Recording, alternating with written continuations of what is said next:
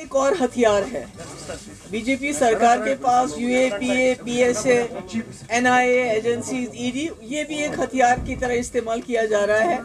جموں کشمیر کے لوگوں کو، چاہے وہ جموں ہو چاہے کشمیر ہو، ان کو گھر سے بے گھر کرنے کی، ان کو اپروٹ کرنے کی،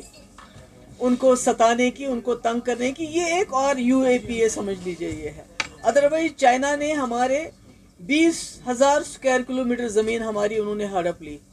ان سے تو وہ چھڑا لے نا، پہلے تو گھاس چرائے چائنا سے چھڑا لے، اس کے بعد یہاں گھاس چرائے تو گاؤں کا اپنا ان کا حق ہوتا ہے یہ۔ اور جو لوگ اتنے سالوں سے رہ رہے ہیں، اب کہتے ہیں امیر غریب، جن کے پاس 10 مرلے زمین ہے، جن کو کل کھجی بارہ میں باقی جگہوں پہ جہاں انہوں نے اننت ناگ میں، یہاں سری نگر کے اندر، کرن نگر میں، باقی جگہ پہ جہاں انہوں نے کل ڈیمولیشن کیا، اور ایون فار دیٹ میٹر نیڈوز، یہ تو آج کے لوگ نہیں ہیں، یہ تو بہت پرانے مہاراجہ کے ٹائم سے ان کے پاس یہ زمینیں ہیں۔ تو آج امیر اور غریب کے بیچ میں فساد ڈالنا چاہتے ہیں کہ یہ جی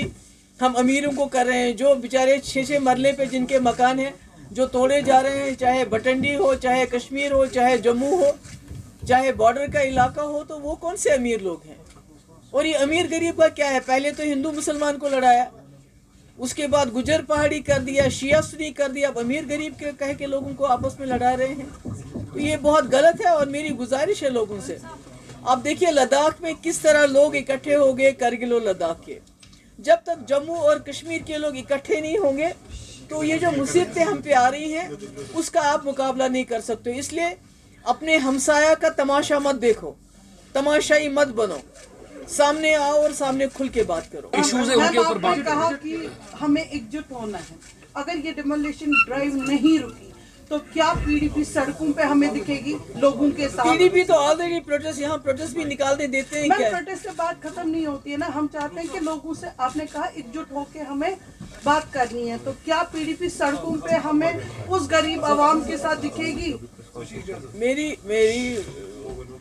چھوٹی بہن، یہاں تو سڑکوں پہ کس کو آنے دیتے ہیں؟ یہاں تو بھارت جوڑو یاترا کے لیے لوگ ہزاروں کی تعداد میں اس یاترا میں حصہ لینا چاہتے تھے، ان کو وہاں تک نہیں پہنچنے دیا۔ یہاں تو کشمیر میں تو بالکل ہی بات کرنے کی منائی ہے۔